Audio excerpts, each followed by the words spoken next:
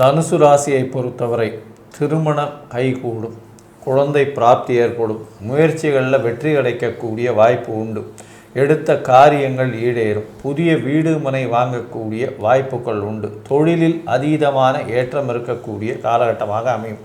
அது தவிர வெளிநாடு போய் படிக்கக்கூடிய பாக்கியங்கள் உண்டு, உடல் நலத்தில் ஏற்றம் கிடைக்கும். இருந்தாலும் சனி பகவான் 4ஆம் இடத்துல இருக்கிறதுனால அலைச்சல் கொஞ்சம் அதிகமாகும். அதாவது வரக்கூடிய பணம் அலைச்சலுக்கு கம்மியாகத்தான் இருக்கக்கூடிய வாய்ப்புகள் உண்டு. பேச்சில் கவனமாக இருங்க. 11ஆம் மாதத்துக்கு அப்புறம் 2ஆம் இடத்துல ராகு இருக்கிறதுனால தடித்த பேச்சுக்கள் வரக்கூடிய வாய்ப்பு உண்டு.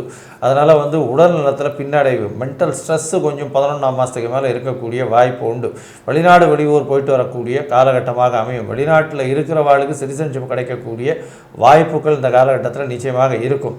முயற்சிகள், புதிய முயற்சிகள் நிச்சயமாக கைகூடக்கூடிய காலகட்டம் 11ஆம் மாதம் வரலும் இருக்குது. அதை உபயோகப்படுத்திக்கோங்க. அதை தவிர பார்த்தாலேயானால் இந்த வருஷம் ராகு கேத்துவின் பெயர்ச்சியும் நல்ல ஒரு ஏற்றம் இருக்கும். குடும்பத்தில் பண வருமானம் அதிகமாக இருக்கும். ஆனால் குடும்பத்தில் சிறு சிறு சண்டை இருக்கக்கூடிய, சச்சரவுகள் ஏற்படக்கூடிய வாய்ப்புகள், கணவன் மனைவிக்குள்ளே சச்சரவு ஏற்படக்கூடிய வாய்ப்புகள் நிச்சயம் உண்டு. அதனால் கொஞ்சம் பொறுமையாக ஹேண்டில் பண்ணுறது எப்போவுமே நல்லது. மொத்தத்தில் பார்க்கும் பொழுது இந்த தனுசு ராசிக்காரர்களுக்கு 90 விழுக்காடுகள் மிகப்பெரிய ஏற்றம் மற்றும் மாற்றம் ஏற்படும் இந்த பராப வருஷத்தில்.